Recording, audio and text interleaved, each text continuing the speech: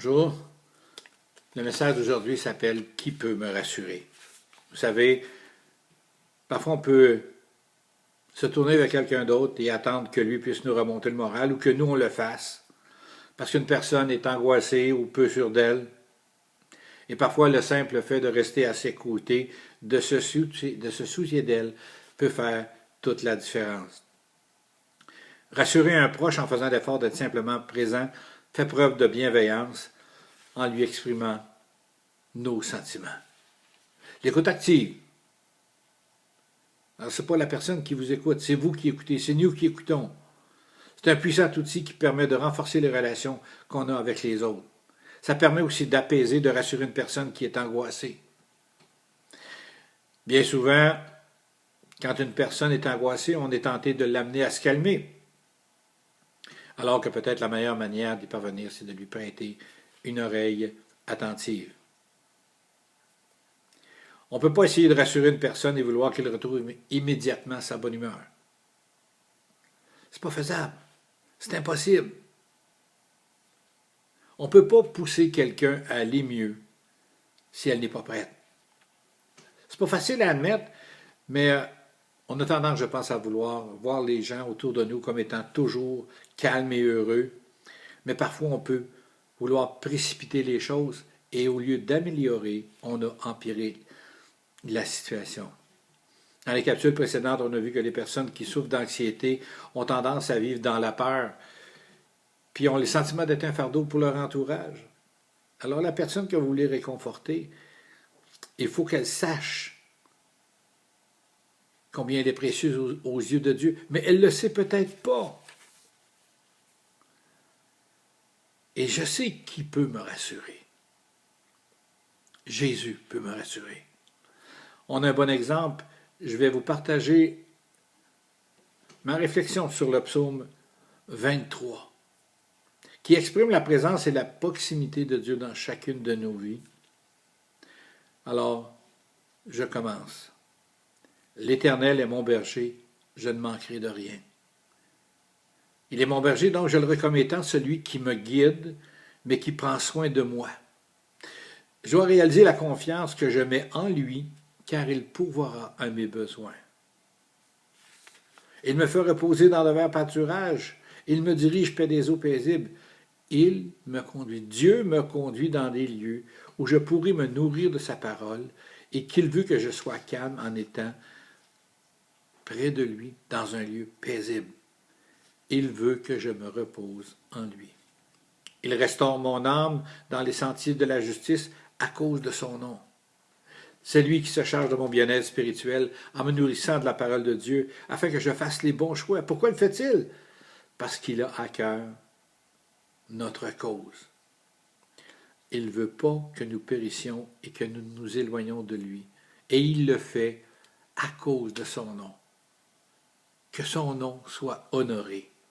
Le verset 4, « Quand je marche dans l'ombre de la vallée de la mort, je ne crains aucun mal, car tu es avec moi, ta houlette et ton bâton me rassurent. » Il sait qu'il y aura un moment difficile, voire pénible, puis que le découragement et l'abattement seront présents dans nos vies.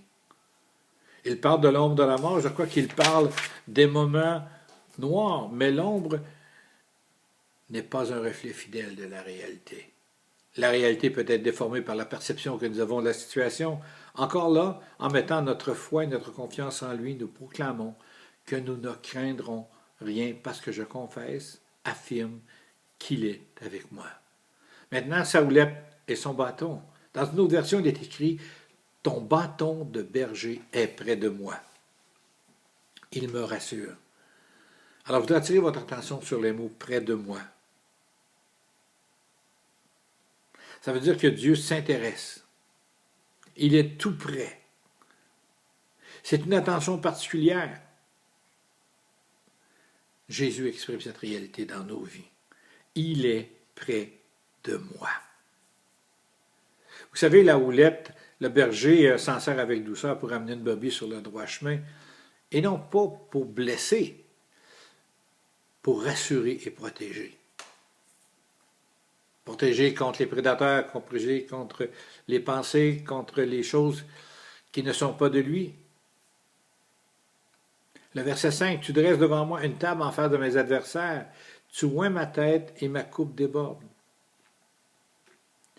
Cette table débordante représente l'œuvre de Christ pour nous.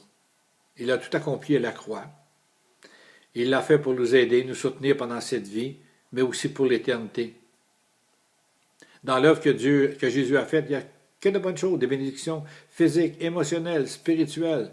Et sur cette table, il y a la paix, la vérité, la puissance du Saint-Esprit. Les dons du ministère, les dons de Dieu que Dieu a fait.